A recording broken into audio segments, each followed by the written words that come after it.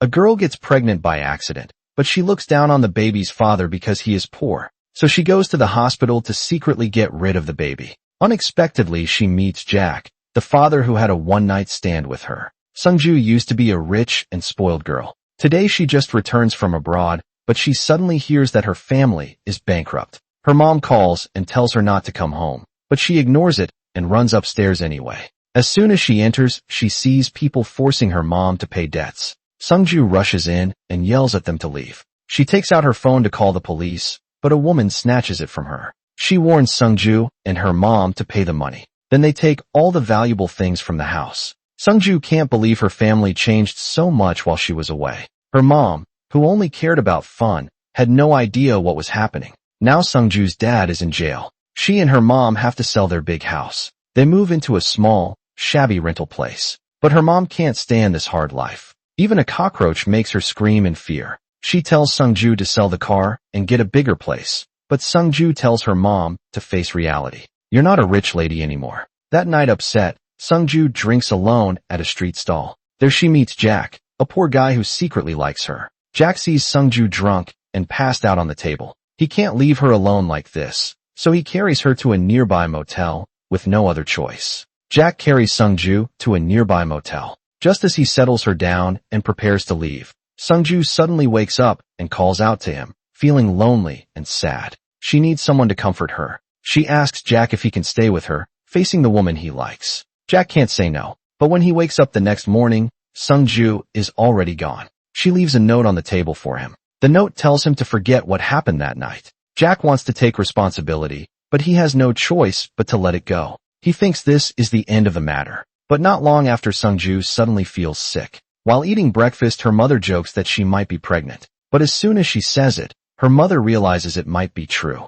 Sungju turns pale with shock. Her mother demands to know who the man is. But Sungju can't admit she slept with a poor guy like Jack. She tells her mom not to jump to conclusions. She says it's just a stomachache. The next day, Sungju nervously goes to the hospital. After some tests, the doctor tells her she's 8 weeks pregnant. Sungju looks worried, unsure how to explain this to her mom. Meanwhile, Jack happens to visit the hospital with his sister to see their aunt. Fate brings them together again. Sungju hides in the bathroom staring at the pregnancy handbook in hesitation. She still has feelings for a rich young man, but he has rejected her many times over the years. Finally, she throws the handbook in the trash. This means she cannot keep the baby. But by chance, she bumps into Jack's sister on her way out. The girl sees the dropped handbook on the floor, thinking Sungju forgot it. She runs after her to return it, but Sungju says it's not hers. Then Jack walks over and recognizes Sungju. Sungju avoids eye contact without a word. She quickly leaves. His sister doesn't know they've met before. Jack takes the handbook from his sister. He opens it and sees Sungju's name inside. He thinks the baby might be his. He stops Sungju to ask for the truth. Sungju admits she's pregnant with Jack's child, but she doesn't want him to take responsibility. Jack begs her to give him a chance. He tells her he passed the bar exam. Now he can support her and the baby. Even so, Sungju still refuses him. At home, her mom asks who the father is, but Sungju won't keep the baby, so the father's identity doesn't matter. Her mom thinks he's a bad guy. She yells in anger. She decides to confront the father. Sungju has no choice but to confess he's willing to take responsibility and pass the bar exam. Hearing this, mom changes her attitude right away. She even tells Sungju not to hesitate. Our family isn't as well off as before. If you meet a man with good prospects, marry him quickly. But Sungju still can't forget the man she likes. She meets the rich heir she loves one more time. She wants to confirm his feelings for the last time.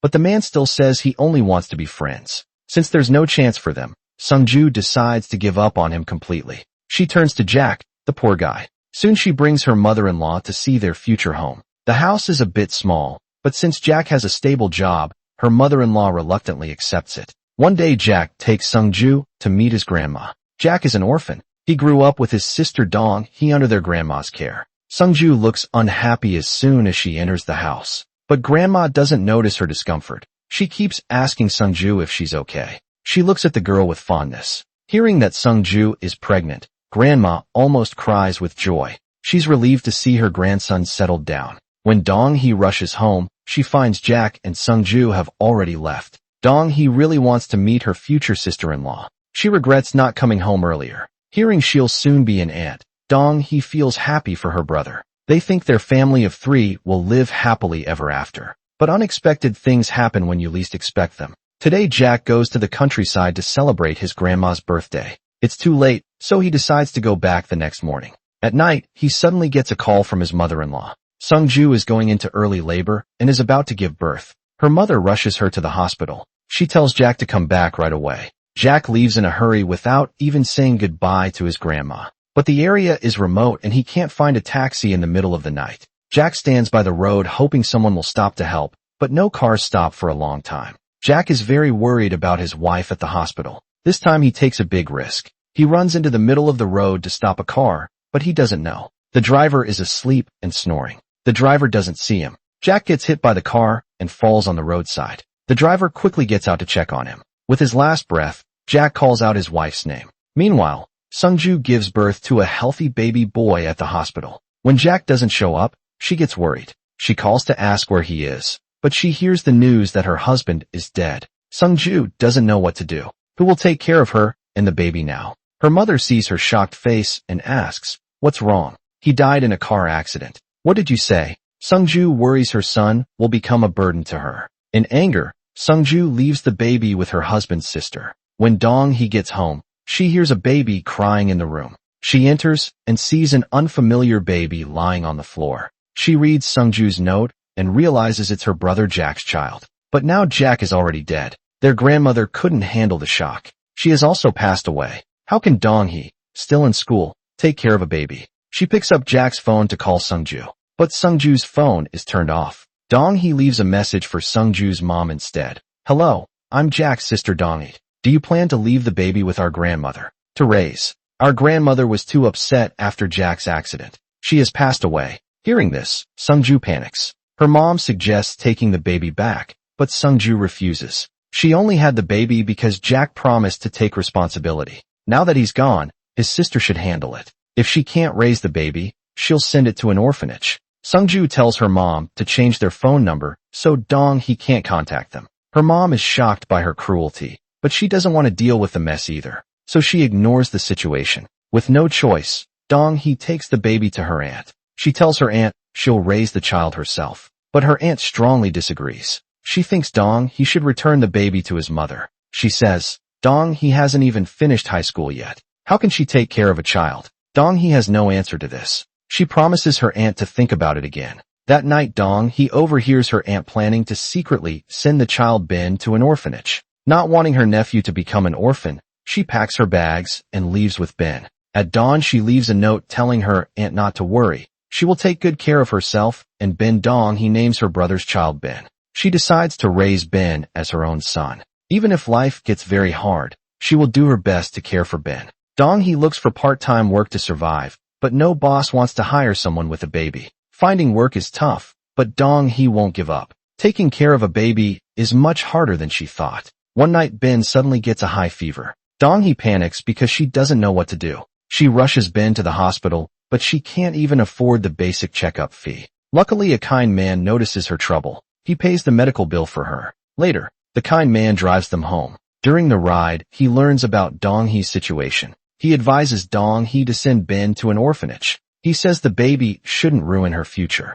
Dong he knows these things are true, but she can't bear to see her nephew abandoned by his own family twice. Meanwhile, the boy's real mother spends every day chasing her dream of becoming a designer. It seems she has already forgotten she ever had a son. Poor Dong he has to handle everything alone. One day, while making milk for the baby, she finds the formula can is completely empty. She checks her wallet but can't even afford a new can. She has no choice but to mix it with more water. But things get even worse. The landlord calls again demanding rent. This puts Dong he in a tough spot. Will she and the baby really end up homeless? She thinks about sending Ben to an orphanage. Maybe it wouldn't be so bad. At least he wouldn't go hungry like with her. She tells the director she'll take him back once she earns money. The director nods and agrees. But as she leaves she hears Ben crying. Her heart breaks and she takes him back. So Dong he keeps raising Ben while handing out flyers on the street. She ignores the gossip from strangers. Then she runs into Sungju, the mother who abandoned Ben.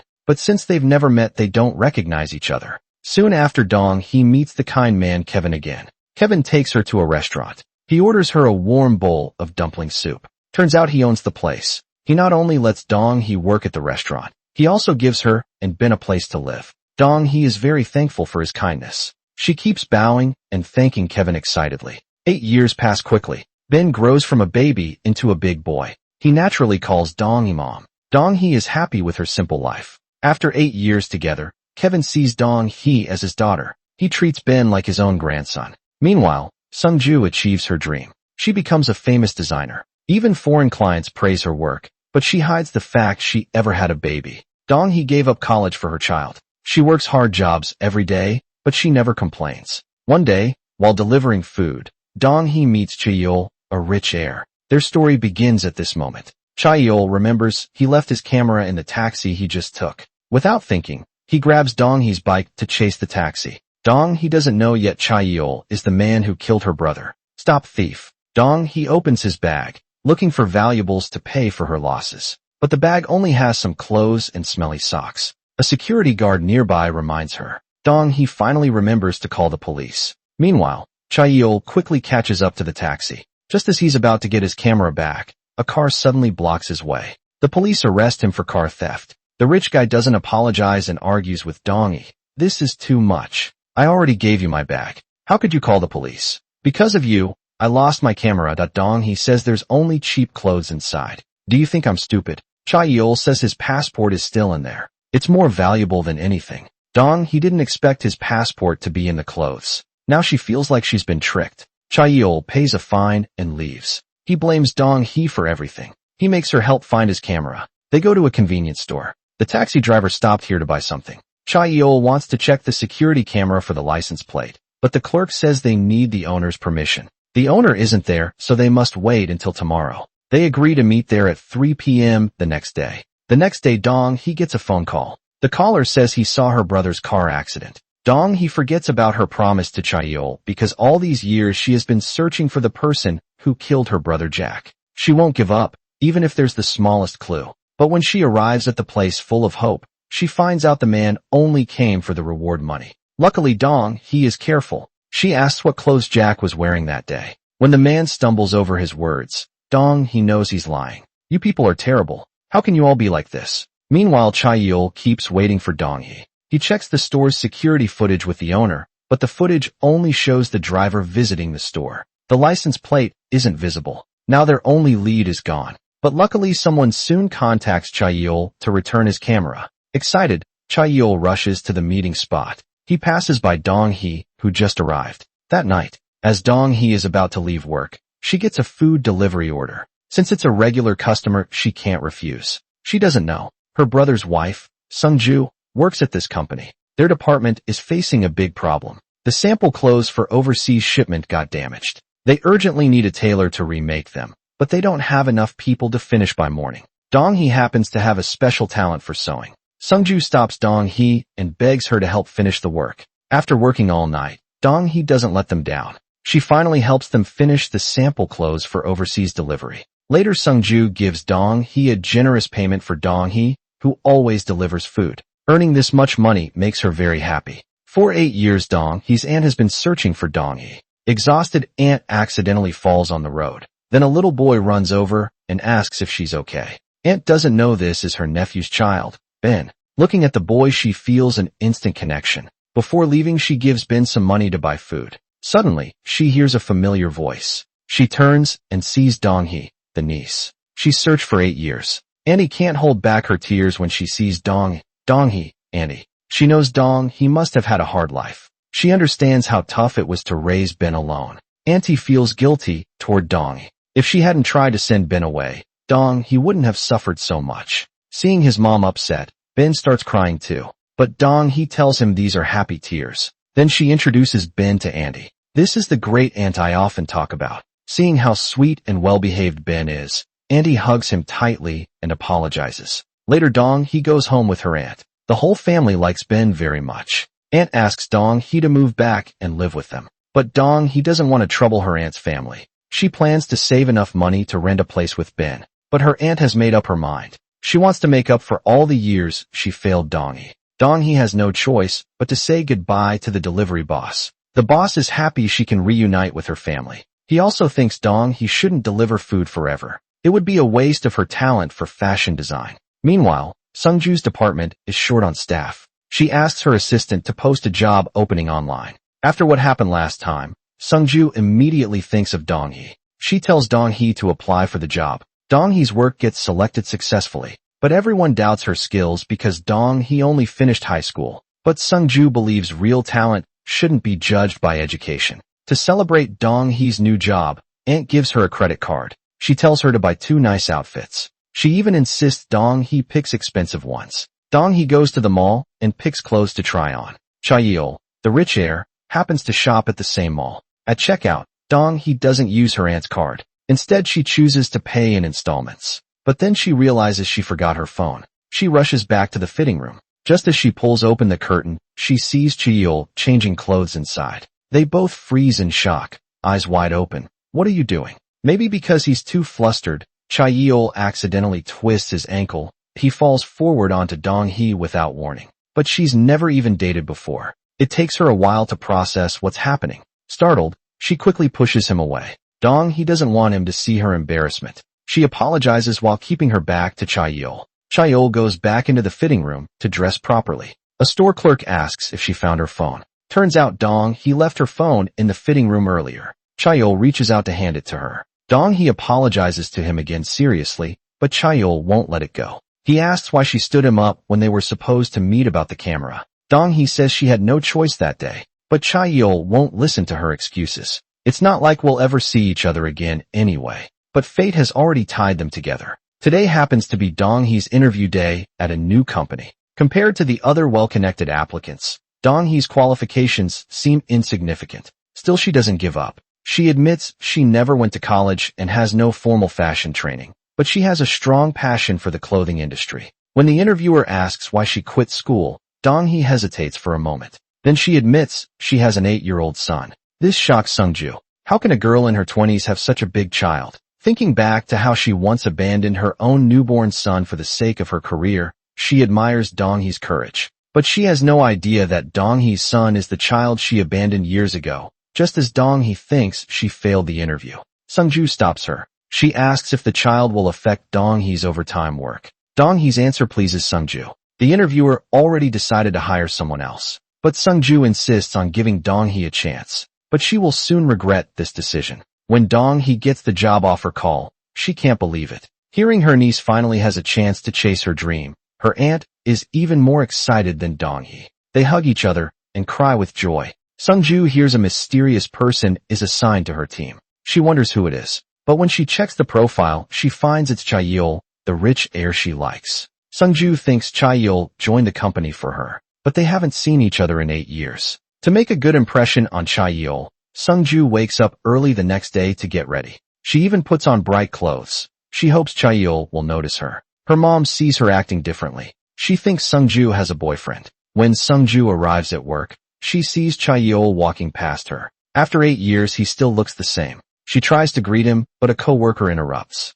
Dong-hee also arrives at the company. The two rivals meet again unexpectedly. They are both shocked to see each other, but Dong-hee doesn't know. The whole company belongs to Cha-yeol's family. Cha-yeol is just working there for fun. Sungju walks over and greets Cha-yeol. Cha-yeol realizes Sungju works there too, and she's actually his boss. Dong-hee feels annoyed. Knowing she'll see Cha-yeol every day, her good mood is ruined. Sungju introduces herself to co-workers. When it's Cha-yeol's turn, he just says, "Hi, I'm Cha-yeol." His introduction is very short. Sungju quickly adds more for him. A co-worker asks how they know each other. Sungju says they were college classmates. Cha-yeol doesn't want anyone to know his real identity, so he pretends to be a regular employee. Sungju asks a co-worker to show them around. When the co-worker goes to the bathroom, they start bickering again. Right where they stand. They look exactly like a couple having a silly fight. They stop arguing when their co-worker comes back. Sungju secretly approaches Cha-yeol when he's alone.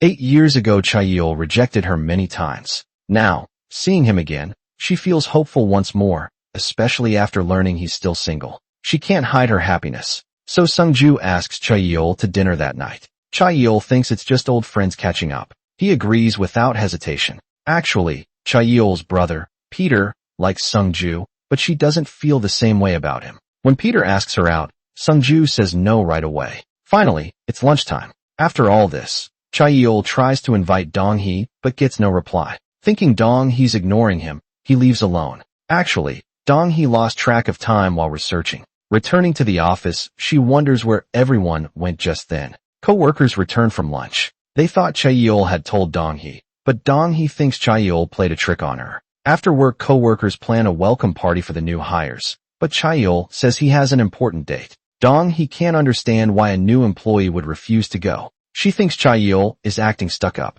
Chaeol explains he just doesn't like parties. Dong-hee warns him that if he wants to keep this job, he still needs to put on a good show. But Chaeol isn't interested in this boring job at all. He only works here because his rich dad forced him to. That night, Sungju's mom sees her coming home late. She asks if Sungju was on a date with the rich family's eldest son. But Sungju says she and Peter have nothing going on. Her heart has always belonged to Chaeol. Mom thinks she's afraid Peter will find out she had a child. That's why she won't accept his feelings. Sungju suddenly snaps, shocking her mom. When did I ever have a child? I never had a child, got it. The boss tells the two new hires to sort files together. But Chaeol's head hurts from the confusing paperwork. When Dong-hee goes for coffee, he sneaks in. He swaps the files Dong-hee already organized. Dong-hee notices something's wrong right away. She demands her files back. They start fighting over them, neither backing down. Time to teach this rich boy a lesson. Dong-hee lets go and accidentally hits Chaeol's eye. She panics and checks if he's okay. Chaeol fakes being in pain. His pitiful act fools Dong-hee completely. Feeling guilty, she tells him to go to the hospital. She'll finish his work for him. Chaeol is thrilled to skip work. He happily runs off. The next day, Dong-hee buys him medicine for the bruise. Dong-hee brings medicine to apologize to Chaeol. Chaeol didn't expect Dong-hee to be this thoughtful. At the same time, he finds her weakness. He uses her guilt to make her serve him tea and water. Today's coffee tastes better than usual. After work, Sungju sees Chaeol's injured eye. She offers to drive him home, but because of the painkillers, Chaeol falls asleep in the car. Sungju doesn't wake him up. Looking at his sleeping face, she leans in for a kiss. Luckily, Chaeol wakes up just in time. He doesn't let her take advantage. Chaeol's brother sees Sungju leaving. He remembers she rejected his confession days ago. Too proud to greet her, he walks away. If he knew she liked his brother, he'd explode with anger. Sungju's mom wants a better life through her daughter. Hearing the rich heir, Peter likes Sungju. She won't let this chance go to set them up. She befriends Peter's mother. She lies about living in a luxury villa. She even says her husband does real estate in the U.S. But the rich woman, Mary, isn't fooled. She asks Sungju's mom's old classmate to check her background. Sungju's mom realizes her mistake when her classmate calls. Her family went bankrupt 8 years ago, but she must fix her lies. She takes her classmate to her old villa pretending it's hers, but she finds excuses to stop her friend from going upstairs. She says the house is being renovated and she's allergic to dust. Her old friend starts doubting her story. To remove her friend's suspicions, Sungju's mom even asks a stranger's driver to greet her friend. The confused driver has no idea what's happening. Just as he's about to ask, Sungju's mom pretends to take out her phone. She acts like she's calling her husband. Then she drags her friend away, saying she booked a fancy restaurant. Finally, she manages to fool her friend during dinner. That night, Sungju's mom suggests moving back to their old house. Sungju thinks her mom has gone crazy. With their small income, they can't afford such an expensive place. She tells her mom to forget about the idea. She firmly adds that she won't marry the rich family's eldest son, Peter. Sungju's mom is almost furious at her daughter's words. Meanwhile, Dong-hee, the poor girl, visits a fancy restaurant for the first time. She's shocked by the expensive menu. But for Chaeol, the rich boy, this is normal. Dong-hee orders the cheapest pasta to save money. But when it's Chaeol's turn, he orders the most expensive dishes. Despite the feast, he insists on eating Dong-hee's pasta. Then he gives a steak to her. Dong-hee just scolds him for wasting money. Maybe this is why Chaeol finds her special. When Dong-hee goes to pay at the counter, she finds out Chaeol has already paid. From rivals, they officially become good friends. The next day, Sungju asks Chaeol to meet Chaeol's brother. Peter happens to see them. Seeing Sungju with his younger brother shocks him.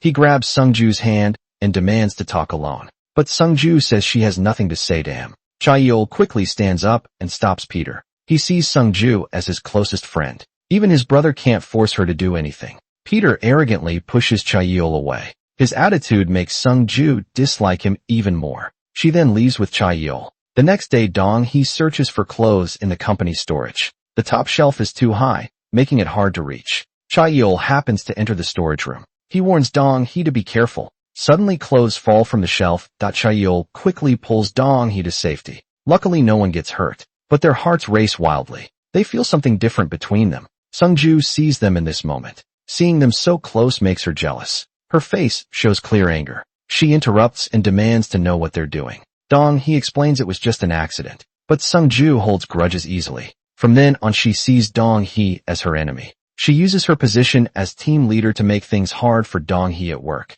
Dong-hee feels confused by her sudden change in attitude. But to improve her relationship with Sung-ju, Dong-hee buys her a gift with her first paycheck. It's a perfume she carefully picked out. Sung-ju pretends to be happy and accepts it, but secretly she throws the gift away in the bathroom trash can. After leaving the bathroom, she runs into Cha-yeol at work. She smells perfume on him from far away, but she remembers Cha-yeol doesn't like wearing perfume. Turns out Dong-hee also bought him a bottle. When picking out gifts yesterday, Sung-ju says the scent doesn't suit him, but Cha-yeol really likes it. He even walks around the office showing off near Dong-hee. When Dong-hee doesn't react, he asks if she has a cold or can't smell. Dong-hee looks puzzled and asks what's wrong, just as Cha-yeol starts to walk away. Disappointed Dong-hee says his perfume is too strong. This makes Sung-ju annoyed behind them. To her it looks like they're flirting. She regrets hiring Dong-hee in the first place. But then a clueless co-worker finds the thrown-away perfume. Cha-yeol asks why she threw away Dong-hee's gift.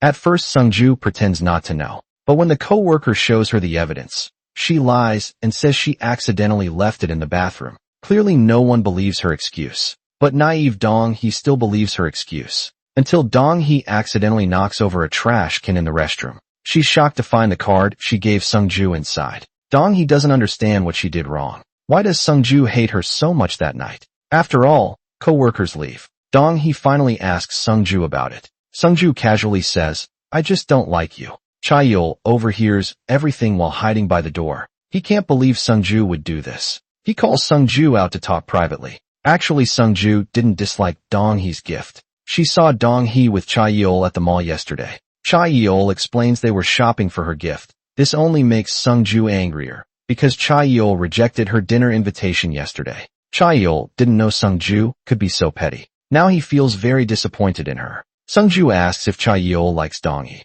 She's never seen him care so much about any woman. Even Cha-yeol hasn't realized it yet, but he's slowly developing feelings for Dong-hee. Next morning at the company entrance, Dong-hee walks toward him with coffee. Her sweet, innocent look makes Cha-yeol stare. She seems to glow from head to toe enough to make any man fall for her. Of course Cha-yeol is no exception, but to stay clear-headed, he purposely doesn't sit with Dong-hee at lunch. Even when Dong-hee warmly invites him, Cha-yeol refuses directly. But the next second a male co-worker sits across from Dong-hee. What's worse, Dong-hee even picks a grain of rice off his lip. Now Cha-yeol regrets not being the one sitting across from her. How can he keep eating after this? His sudden aggressive move shocks the female co-worker opposite him. Then Cha-yeol realizes what he did. Embarrassed, he picks up his tray and leaves back home. Cha-yeol searches online for ways to confess his feelings. He plans to find the right moment to tell Dong-hee. He even asks Dong-hee what her favorite flower is, making up an excuse.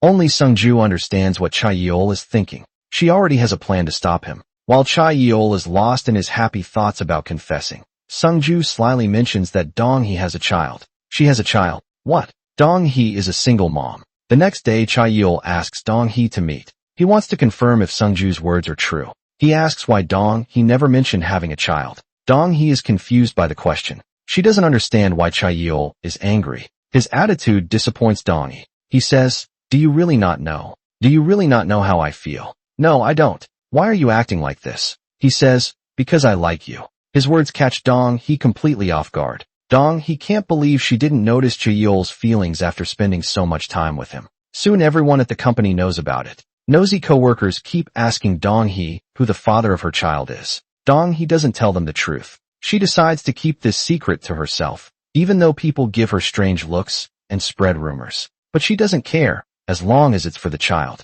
Some coworkers admire Dong-hee. They think it's brave of her to raise a child at such a young age. She's much better than those who abandon their kids. Sung-ju suddenly feels guilty. She worries what will happen if her own dark secrets come out. Just as Cha-yeol decides to give up on Dong-hee, he hears happy news from Kevin. The child Dong Hee is raising is actually her late brother's son. When Kevin learns Cha Yeol likes Dong Hee, he feels relieved. If they get together, he won't have to worry anymore. But the rumors at the company don't stop. Some even say the child's father is a married man. The chairman overhears this by chance. He worries it will hurt the company's reputation, so he calls Sung-ju to discuss a solution. Sung-ju suggests firing Dong Hee immediately. Peter knows she has selfish reasons, but he also knows Dong Hee is talented. Thanks to his advice, the chairman doesn't make a quick decision to protect Dong Hee from being fired. Cha Yeol plans to reveal she's raising her nephew to clear her name. Dong Hee knows he must have learned the truth from Kevin, but she would rather be fired than reveal the child's background.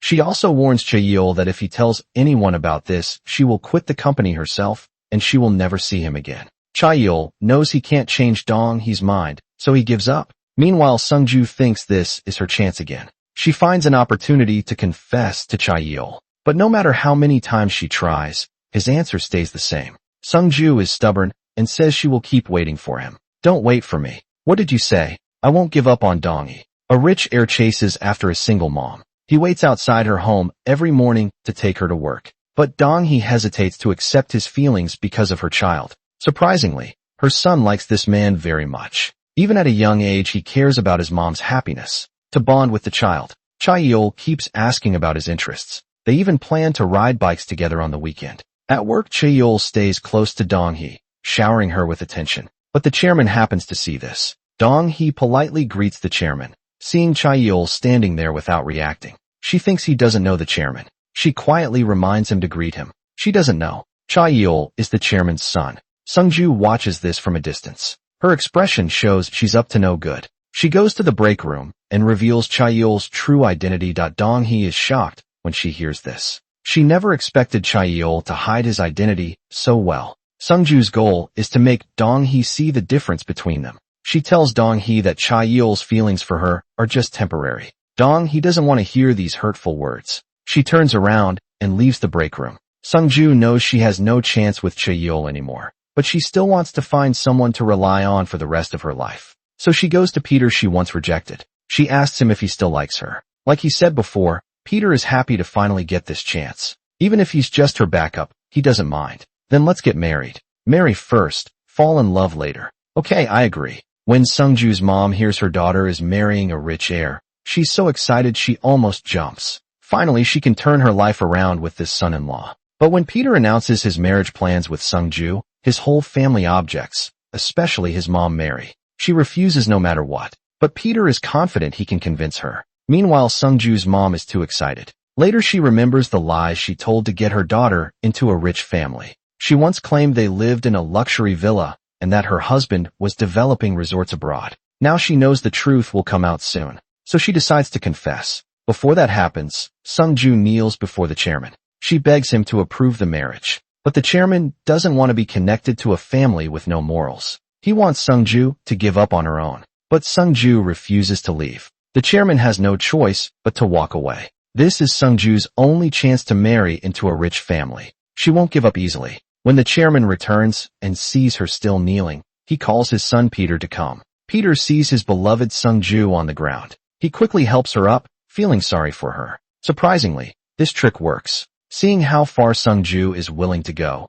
the chairman thinks she truly loves his son. Peter tells Sung-ju not to hurt herself like this again. He promises to handle everything. Sung-ju says she wants to help their love too. Her simple words deeply move Peter. He promises to solve everything for her. He tells her to just wait to be his bride. But Sung-ju's mom shamelessly asks Peter to buy her a luxury villa. She claims it's for his reputation, but it's really just her own vanity. Seeing Peter agree so easily, she demands he also open a clothing store for her. Peter, blinded by love, agrees to all her requests, though Sung-ju's mom tells him to keep it a secret. His secretary informs the chairman's wife. The chairman's wife, Mary, is surprised by Sung-ju's mom's greed. She invites Sung-ju's mom to meet, saying they need to discuss the house. Then she purposely calls Sung-ju to join them. Mary knows Sung-ju's pride won't allow her to accept these things. Sure enough, Sung-ju almost cuts ties with her mom after finding out. She says they don't need these things.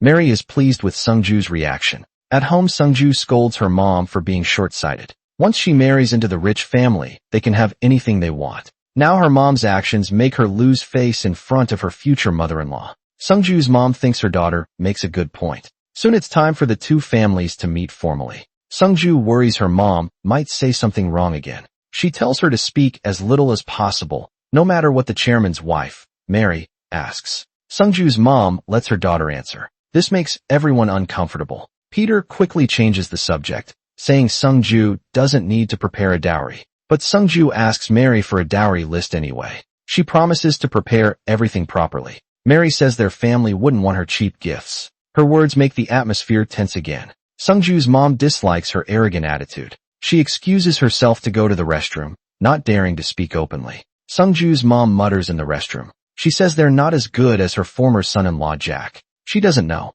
Mary is there too. Mary wonders what other secrets this mother and daughter are hiding. She later asks Sungju's mom who Jack is. Sungju's mom is too scared to move or speak. Luckily Sungju is quick-witted. She says Jack is her cousin's husband. But this doesn't ease Mary's doubts. She still feels something is off. Back home Sungju explodes in anger. Her mom's slip of the tongue almost reveals her past marriage. Seeing her daughter's rage, the mom panics and apologizes, even though Sungju lies about Jack being her cousin's husband. The chairman's wife isn't easily fooled. She will surely investigate Sungju's background. This could ruin Sungju's dream of marrying into wealth. The next day, Chaeol and Dong Hee take Ben out for a meal. They look so happy together, just like a real family. After eating, Ben holds his ball and asks to play outside. But the ball slips from his hands. It rolls right to Sungju's feet. Sungju feels strangely upset seeing this little boy. She doesn't know he's the son she abandoned 8 years ago.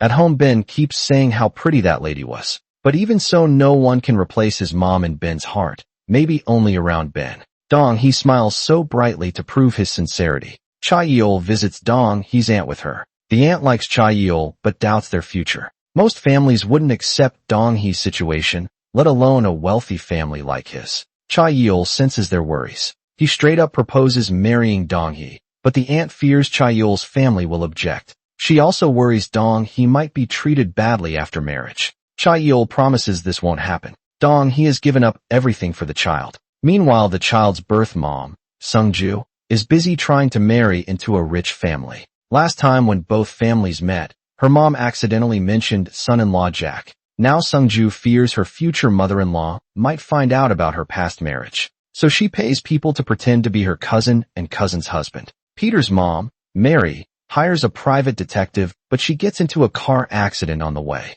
She doesn't know this was all planned by Sungju. It's just to buy more time. When Mary finally arrives, Sungju pretends to accidentally meet her after dinner. Mary asks why she's there. Sungju lies that her cousins are leaving for the US. They wanted to say goodbye. First, seeing son-in-law Jack really exists, Mary believes her. But then Sungju meets Jack's friend downstairs. They only met once before, but he recognizes her as Jack's wife. Mary sees them talking. She asks who the man is. Sungju says he was just asking for directions. But Mary isn't fully convinced. She makes Sungju sign a prenup. No skipping housework for work. Excuses must serve her in-laws wholeheartedly. Keep the house clean. If any past scandals are discovered, they will divorce immediately. Sungju is unhappy about this, but she doesn't dare complain in front of her future mother-in-law soon. The wedding day arrives at the hotel. Dong Hee meets her late brother's friend. The man tells Dong Hee he saw her sister-in-law a few days ago. But Dong Hee isn't happy to hear this.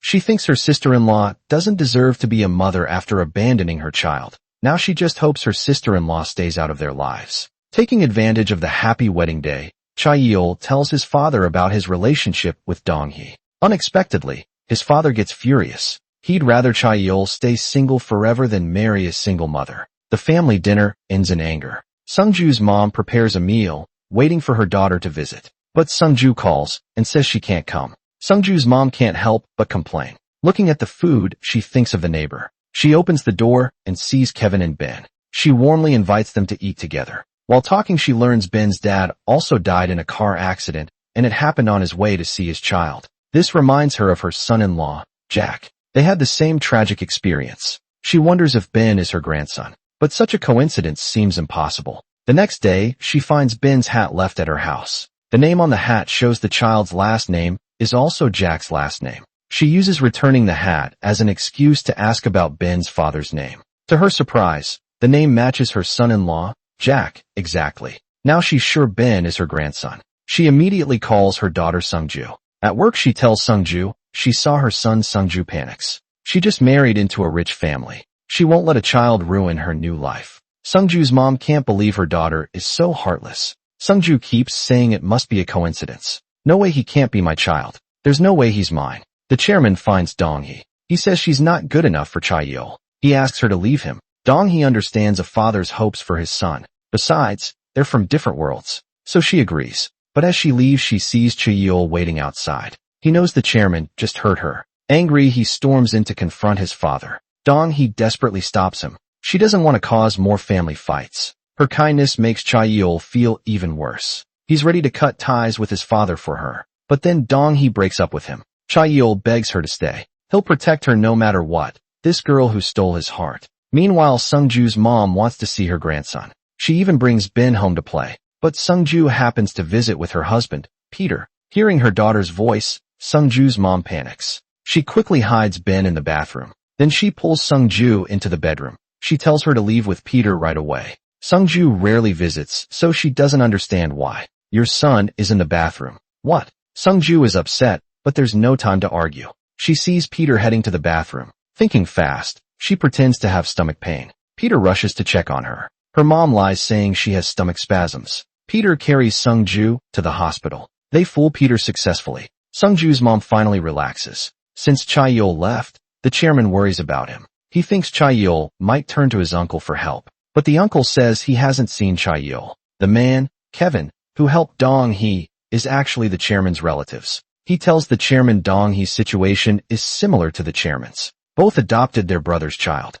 Cha-yeol isn't the chairman's biological son, but the chairman's late brother's son. Yet the chairman cares for him deeply. Chairman learns that Dong-hee has been protecting her nephew and refuses to reveal this secret. Chairman immediately changes his opinion of this kind girl. No wonder Cha-yeol is willing to do anything for her. At home, Cha-yeol is looking at photos of Dong-hee's child. The chairman realizes how adorable the child is. He asks Cha-yeol if he can protect them forever. Cha-yeol understands. His father approves of his relationship with Dong-hee. He is so happy he doesn't know what to do. Chairman tells his son to bring them home soon, worried his father might change his mind. Cha-yeol brings Dong-hee and Ben home the very next day. The whole family loves the child. Only Sungju panics when she sees her son at dinner. Cha-yeol tries to serve Ben some food, but Dong-hee says Ben is allergic to cabbage. Surprisingly, Sungju has the same rare allergy. This shocks the whole family. Sungju quickly brushes it off with excuses.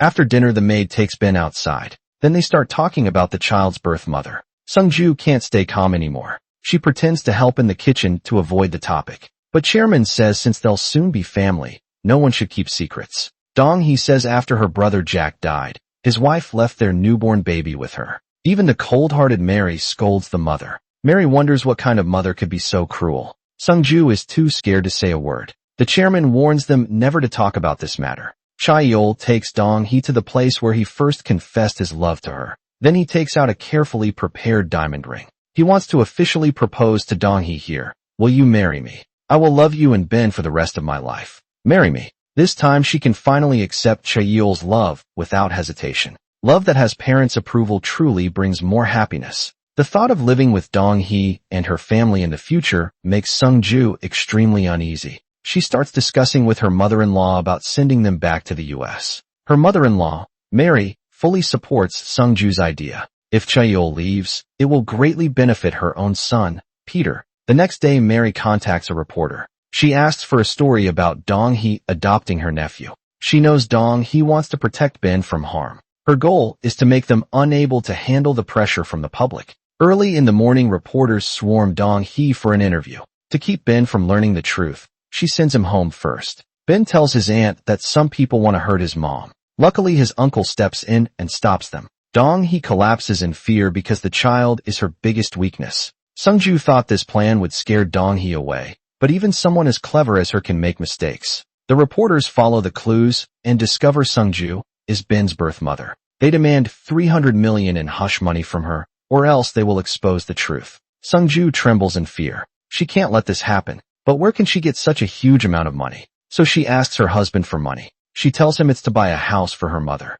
Then she meets the reporter at a secret hotel. But Dong-hee sees the reporter downstairs. She follows the reporter to the hotel room. There she sees Sung-ju enter the same room. Sung-ju makes the reporter sign a secrecy agreement. She doesn't want the truth to come out. The reporter knows when to stop. She promises Sung-ju to keep quiet. Sung-ju thinks everything is solved. But then Dong-hee shows up and surprises her. Dong-hee questions her. Sung-ju blames everything on her mother-in-law, Mary. She says she didn't like Mary's actions. So she met the reporter to fix things. Dong-hee calms down. She even apologizes for misunderstanding Sung-ju.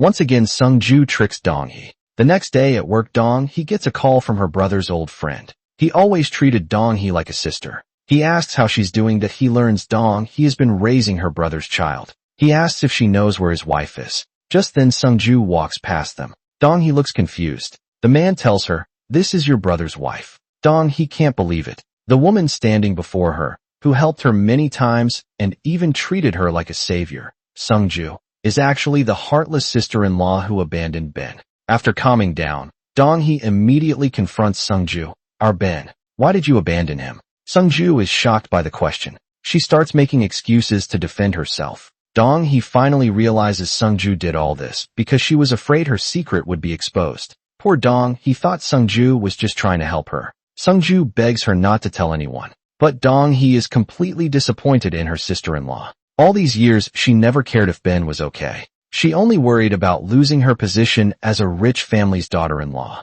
Dong-hee starts defending her brother. She sighs. "My brother loved the wrong person all these years." Now Dong-hee doesn't want to waste any more words on her. The next day, Cha-yeol notices. She looks upset. He asks, "What's wrong?" Dong-hee doesn't want to cause family trouble, so she doesn't tell Cha-yeol the truth. She lies. "I just didn't sleep well last night." As she leaves, she catches Sung-ju eavesdropping outside. Sung-ju is afraid Dong-hee will reveal her secret, so she pulls Dong-hee aside. Now that Dong-hee knows she's Ben's mother, being sisters-in-law will feel awkward for both of them. Sung-ju even asks Dong-hee to break up with Cha-yeol. Dong-hee can't believe she would go this far. Why should Dong-hee suffer for Sung-ju's mistakes? Sung-ju doesn't feel sorry at all. She even threatens Dong-hee to help keep the secret. If Ben finds out Dong-hee isn't his real mom, he would be heartbroken. Dong-hee gives in for the child's sake. But as Sung-ju turns to leave, she sees Cha-yeol standing right there. He hears every word of their conversation,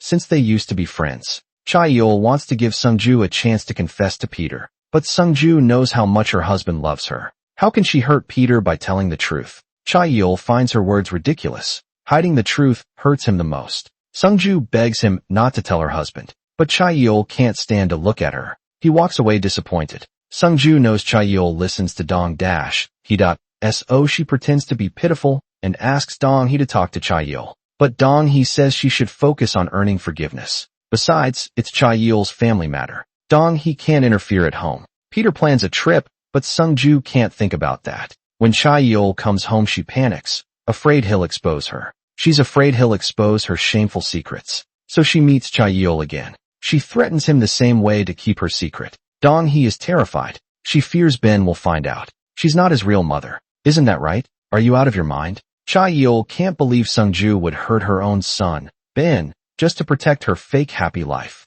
Whether Ben gets hurt or not, it's up to you now. Starting today, Cha-yeol, you decide what happens. That day, Peter meets an old friend he hasn't seen in years. The friend's wife turns out to be Sung-ju's college classmate. From her, Peter hears rumors about Sung-ju.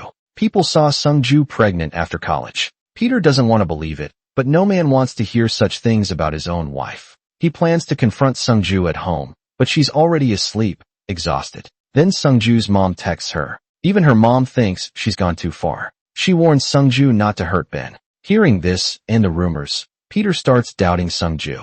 Could his wife really be hiding something? From then on, he acts cold toward her. He even stays late at work every night. Sung-ju notices something is wrong. She asks Cha-yeol if he told Peter about that matter. But Cha-yeol clearly says he didn't tell anyone. Peter keeps thinking about it and feels more suspicious. Peter remembers when Dong-hee and Ben came over for dinner. Sung-ju and Ben were allergic to the same food. Could this really just be a coincidence? To test his theory, he hires someone to pretend as a gas inspector. They secretly take Ben's toothbrush from the bathroom. Peter decides to do a DNA test with their toothbrushes. Soon the test results come out. It shows they are mother and son. Now he has to accept the truth. He can't believe the woman he loved most tricked him. Sung-ju says she hid it to protect him from pain. She begs him to remember their happy times together and forgive her just this once. Do you really think I can forgive you? Never. I will never forgive you. Never, ever forgive you. Peter worries. His parents can't handle the shock. He decides not to tell them. Yet he tells Sung-ju to go back to her parents' house. He will ask for divorce when the time is right. Sung-ju panics. She keeps begging for another chance. Besides, if she suddenly goes back home, people will get suspicious. But Peter isn't thinking about these things right now. He feels disgusted just looking at Sung-ju. Seeing her husband is still angry. Sung-ju decides to leave first, but she refuses to let everything end like this. At home, Sung-ju acts like nothing is wrong. The only thing she can do now is take good care of her in-laws. She hopes her husband will change his mind someday. Peter sees this, but doesn't say anything. He just turns and goes upstairs. Sung-ju follows to their room wanting to talk, but Peter just got betrayed. He doesn't want to hear what she has to say. What's worse, he once laughed at Cha-yeol for wanting to marry a single mom. Now he finds out that child is his own wife's son. This thought makes Peter feel completely humiliated. He can't understand how Sung-ju stayed calm seeing the son she abandoned. Sung-ju says she forgot all memories of the child when she left him. These words shock Peter even more about his wife. Peter's mother, Mary, notices something is wrong between them. She suspects something happened and decides to check upstairs. She accidentally hears their conversation. Angrily, she asks Sung-ju what's going on. Sung-ju is too scared to speak. So, Sung-ju, you're Ben's real mother. Is that true? You're the birth mother of Dong-hee's son, right? Hearing her son's confirmation, Mary is so angry, she almost faints without a word. She slaps her daughter-in-law hard. She yells at Sung-ju, calling her a bad woman. Then Peter's father walks in. Peter's mom tells her husband to kick this bad woman out. Sung-ju quickly kneels and begs them. But no matter how much she explains, the family still hates her. In the end, she is thrown out of the house. Mary warns her never to show her face again, or next time it won't just be a slap. The bad woman finally gets what she deserves. She should know how it feels to be abandoned and helpless. The next day she dresses up and goes to work as usual, but Peter acts like she's a stranger.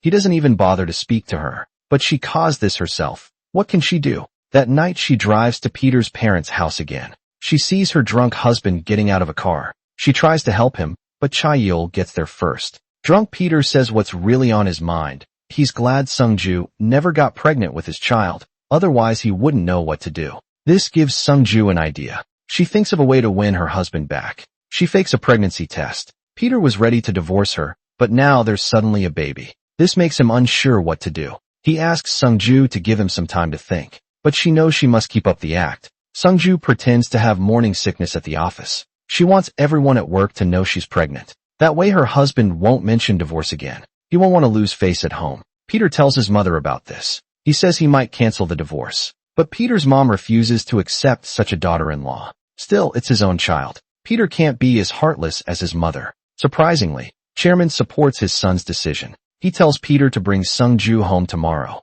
Sung-ju is overjoyed when she gets the call. She promises Peter she'll do better than before. But Sung-ju's mom worries about her daughter. She doesn't want her to keep making mistakes. It's not too late to stop now. But Sung-ju has made up her mind. She won't give up being a rich man's wife. If she gets pregnant before Peter finds out, everything will go back to normal. But she's making things too simple. Peter's mom is so upset she can't sleep. Something feels wrong to her. Why would Sung-ju get pregnant now? She thinks it might be a trick. She tells Peter to call Sung-ju again. She decides to take her for a hospital checkup. Sung-ju had already arranged for another pregnant woman to pretend to be her. But halfway there she suddenly gets a call. The pregnant woman says she can't make it now. Sung-ju panics and doesn't know what to do.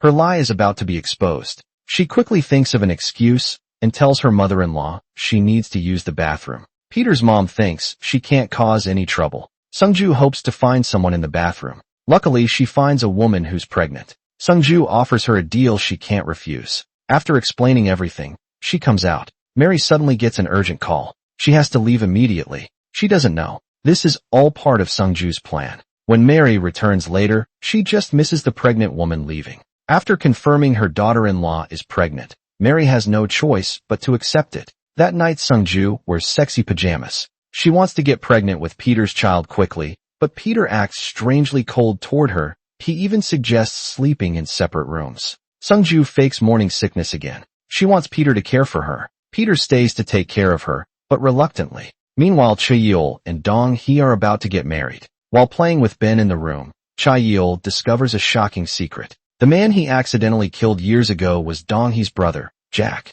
He's terrified of losing Dong-hee. He is too scared to tell Dong-hee the truth, although it wasn't Cha-yeol's fault back then. But he was still involved in the accident. His first thought after the crash was to call the police, but Peter was too scared and tried to stop him. Peter couldn't convince Cha-yeol, so he knocked him out. When Cha-yeol wakes up again, the chairman's wife, Mary, threatens to kill herself to protect her son. Cha-yeol has no choice but to give in to her threats. When Mary learns the victim's family is Dong-hee, she is shocked and tells Cha-yeol to keep it a secret. But Cha-yeol has been carrying this guilt for years. He decides to apologize to Dong-hee and ask for her forgiveness. Meanwhile, Mary wants to protect Peter, so she plans to blame everything on Cha-yeol. What are you saying? You know Peter was the one driving. Do you have any proof? Cha-yeol can't believe Mary would say such things, even if he isn't her real son. She shouldn't be this cruel. Peter learns he killed Sung-ju's ex-husband Jack. He suddenly feels guilty toward her. To make up for his mistake, he decides to forget the past and live happily with Sung-ju. But he doesn't know. Sung-ju lied about being pregnant. To get pregnant quickly, Sung-ju goes to the hospital for a checkup, but the doctor says she got an infection during childbirth. This makes it very hard for her to get pregnant again. But her husband will find out about the fake pregnancy sooner or later. Now she has no choice but to find a way. She needs to cover up the truth. She hesitates while walking down the stairs. Finally, she makes up her mind and takes the step. She risks her life and rolls down the stairs. Her co-worker is shocked by what she sees. Sung-ju holds her stomach and cries out for her baby. Soon an ambulance arrives. When Mary comes to the company for the checkup, Sung-ju is already on her way to the hospital. She ignores Mary's calls on purpose because her plan has already worked. Peter gets the news and rushes to bring Sung-ju home. As soon as she enters the room, she starts packing her bags. Then she plays the victim in front of her husband. She says she has no right to stay now that the baby is gone. But Peter tells her to rest. He won't take this chance to send her away.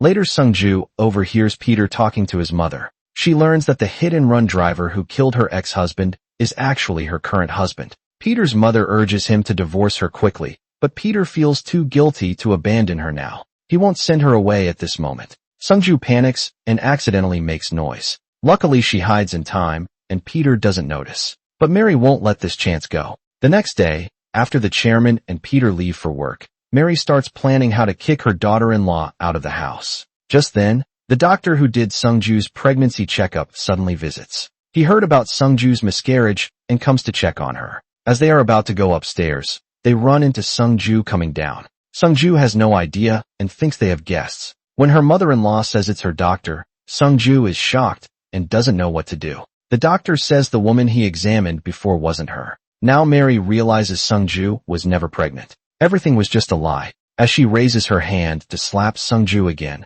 Sung-ju grabs her wrist. She has found something to use against her mother-in-law. She's no longer the weak girl who lets her push her around. She tells her mother-in-law she has a recording of her and Peter. With this in her hands, she won't have to live under her mother-in-law's control anymore. The fake pregnancy and miscarriage. You won't tell Peter and the chairman, right? What did you say? I don't want to disappoint Peter and the chairman, so this matter will stay a secret between us. Understood. Mary is angry, but for her son's sake, she holds back, thinking her mother hasn't visited yet. Sung-ju calls and invites her for dinner, but, remembering her daughter's mistakes, she's too ashamed to face Sung-ju's mother-in-law. But Sung-ju ignores her and hangs up the phone. Her mother nervously comes to her daughter's fancy house. Mary asks why she's visiting. Sung-ju's mom stammers and can't answer. Just then Sung-ju comes downstairs. Her mom sees she's treating her mother-in-law differently now. She quickly warns her daughter to behave better. But Mary isn't angry. She actually agrees with Sung-ju. When she learns the truth, Sung-ju's mom can't believe it. She tells her daughter to take some money and leave. But Sung-ju wants much more than that. Her real goal is to become the lady of the whole company. Soon Dong-hee finds out about everything. Cha-yeol kneels and begs for forgiveness. Because of his bad choices, he caused Dong-hee terrible pain. She hates him for abandoning her brother Jack. What's done is done. No excuse can fix it. Now Dong-hee says loving Cha-yeol is her biggest regret. I regret it so much it's driving me crazy. I wish you never loved me. Then it wouldn't hurt so much. It hurts like dying. Dong-hee can't stay with Cha-yeol anymore. She painfully breaks up with him. Cha-yeol's heart hurts worse than being stabbed. Though he doesn't want to, he has no right to stop her. The next day Dong-hee finds Cha-yeol's brother. She wants to give him a chance to turn himself in. But Peter tells her to drop the matter. He says Cha-yeol will be the one who gets hurt. Their mother, Mary, will make Cha-yeol take the blame. Dong-hee can't believe how selfish the whole family is. But she knows they'll pay for what they've done. Dong-hee tries hard to find proof of her brother's accident. She tracks down the driver of the wrecked car. After much effort, she gets the dashcam from his mother. But Mary's men chase her to keep the evidence safe. She runs across the street without thinking. Cha-yeol risks his life to save her. Luckily Dong-hee is okay. But Cha-yeol is hit and lies unconscious on the road. Shaken Dong-hee slowly walks to Cha-yeol's side. She cries his name in despair. The driver quickly calls an ambulance. Soon Cha-yeol is taken to the hospital. Dong-hee prays silently in her heart. She begs for him to be okay. The chairman's family rushes to the hospital. The surgery soon ends. The doctor says he's still unconscious. They can't say if he'll wake up. Hearing this, Dong-hee almost faints. While everyone visits Cha-yeol, Mary gets a call. Someone tells her they have the dashcam. Peter overhears his mother's phone call. He learns that Cha-yeol's injury is connected to his mother. He angrily asks her why she did this. But Mary still believes she did nothing wrong.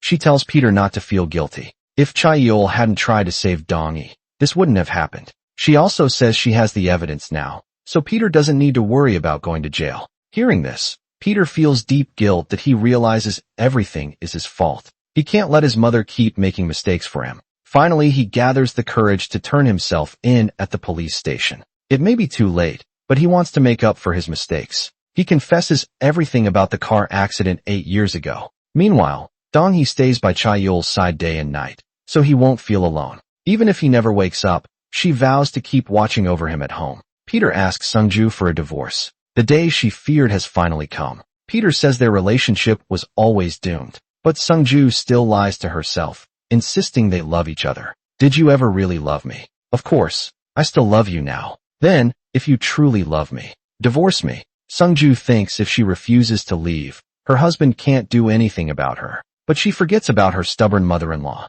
Seeing Sungju sticking around like glue, her mother-in-law orders the maid to pack her bags. Sungju just gets off work when she finds her things thrown outside the gate. She tries to go inside and ask why, but her mother-in-law already changed the door code. She keeps knocking and shouting, but her mother-in-law ignores her. She pretends not to hear. Only a tough mother-in-law can handle a stubborn daughter-in-law. Sungju loses everything. Meanwhile, with Dong-hee's care, Cha-yeol finally wakes up in the hospital. Dong-hee can't believe the miracle happened. She's too emotional to speak. After all this, the chairman's wife finally realizes her mistakes. She regrets what she did to Cha-yeol. She sincerely apologizes to him. It's the first time Cha-yeol hears his mother speak so kindly. Maybe because he lacked a mother's love growing up. Even a simple caring word from her makes him incredibly happy. Dong-hee asks Cha-yeol why he risked his life for her. Because to Cha-yeol, Dong-hee's life means more than his own. Loving Dong-hee is the one thing he'll never regret. Dong-hee also sees him as the most important person in her life. Then let's start over. I want to love you and live together after marriage. The couple just returns from their honeymoon. Cha-yeol can't help but act lovey-dovey in the room. They enjoy every sweet and happy moment together. But then the mother-in-law walks in at the wrong time. All three of them feel awkward. The mother-in-law quickly tells Dong-hee her things are ready. She asks them to change clothes and come down for dinner. Ben also gets his own little room. Dong-hee worries Ben might feel scared without her. Ben shows the dream catcher. They say, if you hang it on the wall it takes away all bad dreams. At night, when Ben calls him Dad, Cha-yeol feels happy and excited. He promises to treat Ben like his own son and give him 1,000 times more love. With Dong-hee and Ben joining the family, the house becomes lively. At dinner Cha-yeol keeps serving food to his wife. Even the mother-in-law gets a little jealous. She wants to feel young and happy too, so she holds out a spoon for her husband to serve her, but the chairman pushes it away in disgust. This makes the mother-in-law twice as embarrassed. Soon she brings Dong-hee a pregnancy test, because last night she dreamed of Dong-hee holding a golden peach. It means something happy is coming to the family. The older generation's experience is always reliable, seeing his mother and wife so happy. Cha-yeol, being a straightforward guy, still doesn't understand what's going on. This is a pregnancy test. So what exactly is a pregnancy test? What else could it be? It's for testing if someone is pregnant. When he learns he's about to become a father, Chaeil excitedly picks up his wife. He almost spins her around in joy. The new baby brings so much happiness to the family. The chairman even buys special shoes for Dong-hee. All this love makes Dong-hee feel a little overwhelmed. Chaeil proves himself to be the perfect husband. Hearing that pregnant women's legs can swell, he starts giving her daily massages. After just 2 months soon, Dong-hee is close to her due date. She has to be extra careful, even when walking. One night, she suddenly feels sharp pain in her stomach.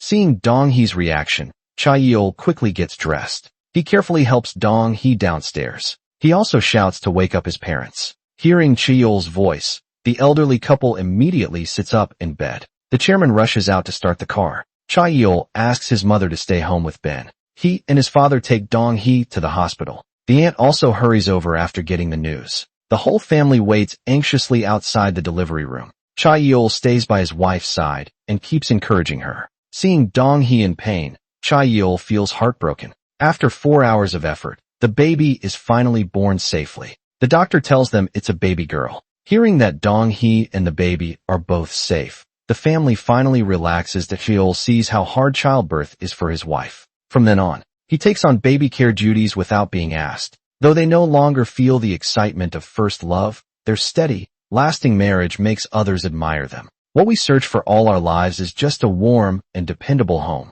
All their experiences, from meeting to falling in love, are worth remembering for the rest of their lives.